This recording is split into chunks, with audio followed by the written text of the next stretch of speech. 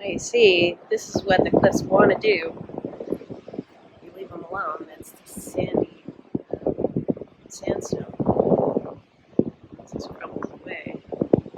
That's what it does. And you've got the reefs. There. It's a nice day. It's be low tide. Misty. What's happening? The surf's good. Let's go check it out.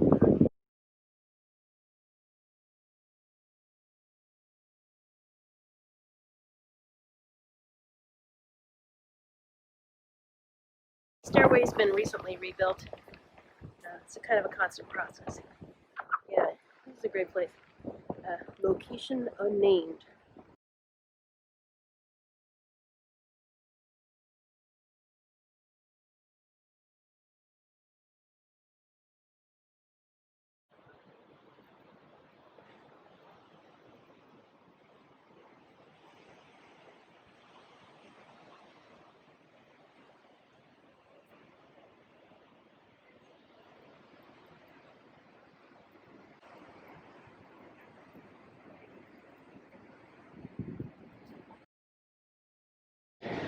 It's not an easy place. In fact, I'd say it's one of the most difficult places a creature can choose to live.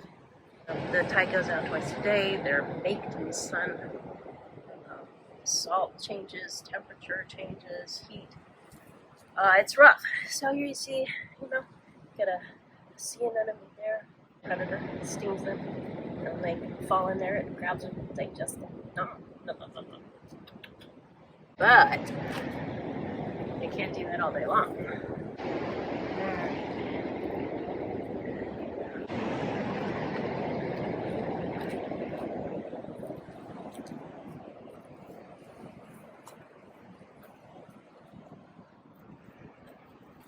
Here's one.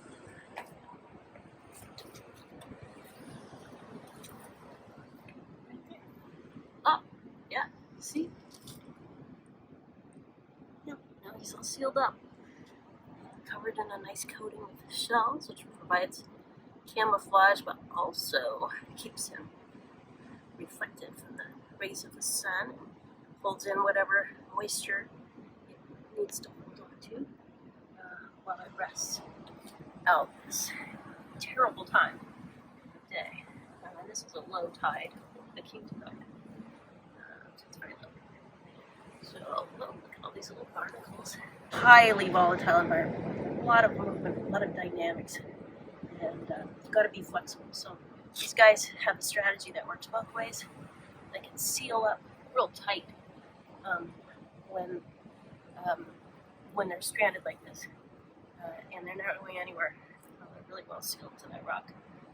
When the tide comes back up, they'll open up those operculums, opercula, and go back to work filtering their little bits of detritus and critters that they like to eat, that they filter out of the water. So, living design. How do we design in alignment with the evolutionary process of innovation and adaptation, and the patterns of place that are local to each place, and the conditions that shape the interactions of all the species that inhabit this place. Here's another one, this tidal strategy. If it was stiff, it would get broken in the waves and in the swaying of the tide, the surf, which can get pretty fierce around here. So this is staying flexible, going with the current, is a strategy that works in this place. And the giant kelp is an even better example. This place is buffered by a forest of it right out there, just beyond the surf line. Makes the surf nice and glassy. It's good stuff.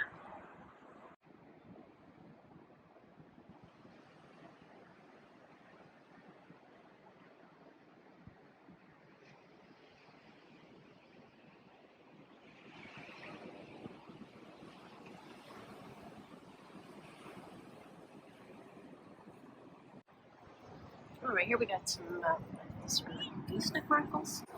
Pretty quickly you'll learn that I don't know a damn thing about anything. Patterns that appear in different kinds of places. But then in any one habitat I rely on the locals, and if I can get lucky enough to just spend some time there with my eyes, and you can do that too.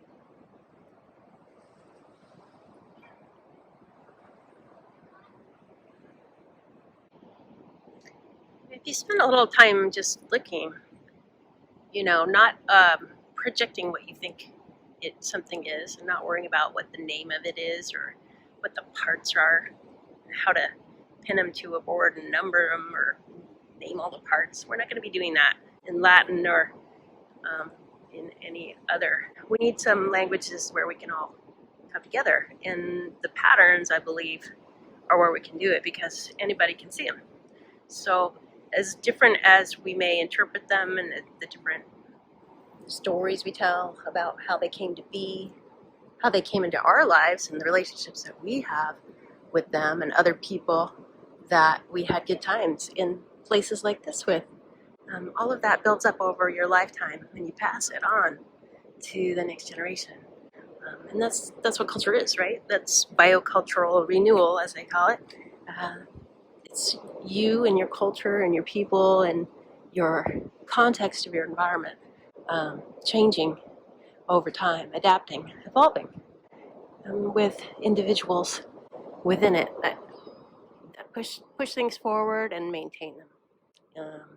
And so it's what we're going to be doing at Borrego Institute for Living Design is looking for those deep patterns in the habitats, the places we live in, we inhabit. There's deep patterns in the world that you can see if you look. You can see the flow of water, the patterns that it makes, the canyon.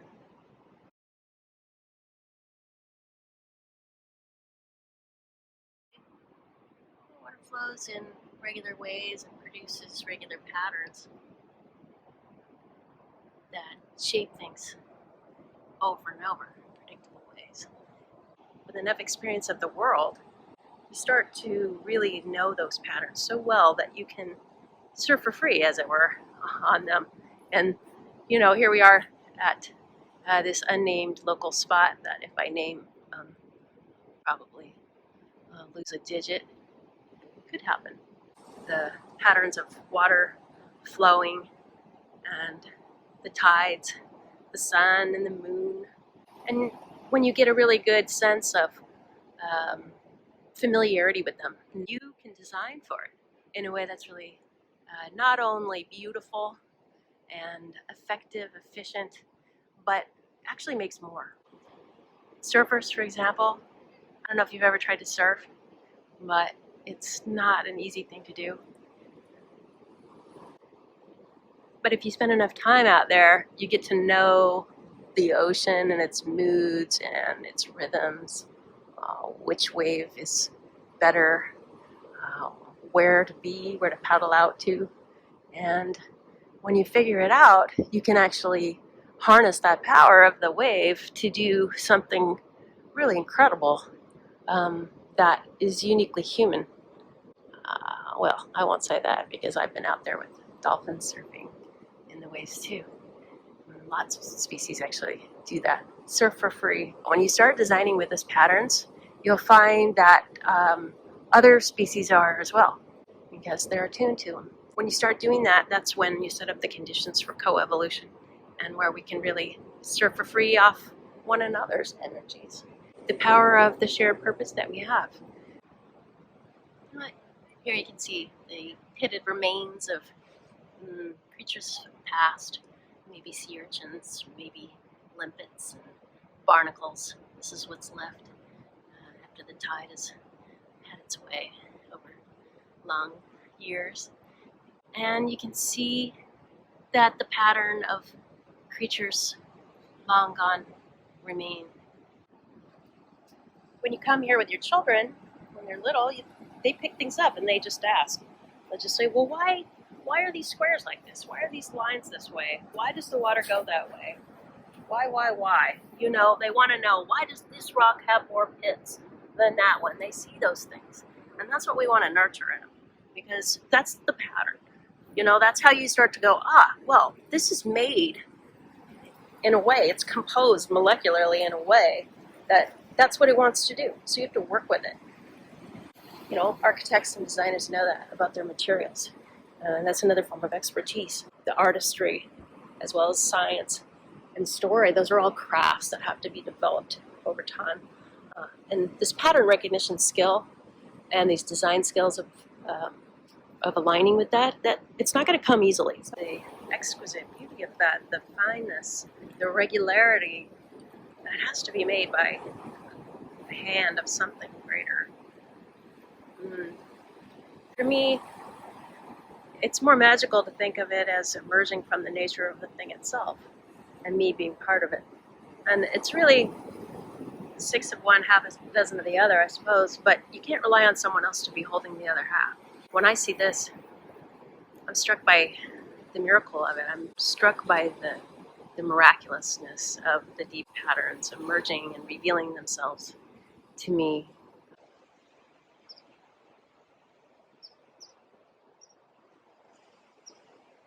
Like Phoebe's found a little place.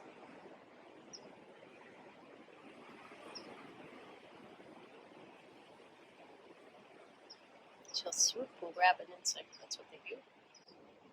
Flycatchers, gnatcatchers, they have the same kinds of patterns, and you can identify them, even though you don't know anything about that place. This is an interesting habitat, but I have black phoebes in my backyard as well. Got one.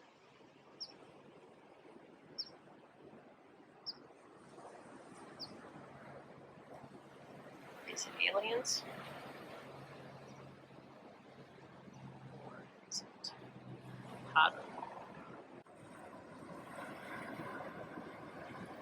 Muscles. See, they really compete for the good spots, don't they? That's what I meant by real estate. Deep pattern. Volatile. Uncertain. You might fall off a cliff. You might dry out in the sun. You might run out of water. But in the meantime, it's a pretty damn good place to live.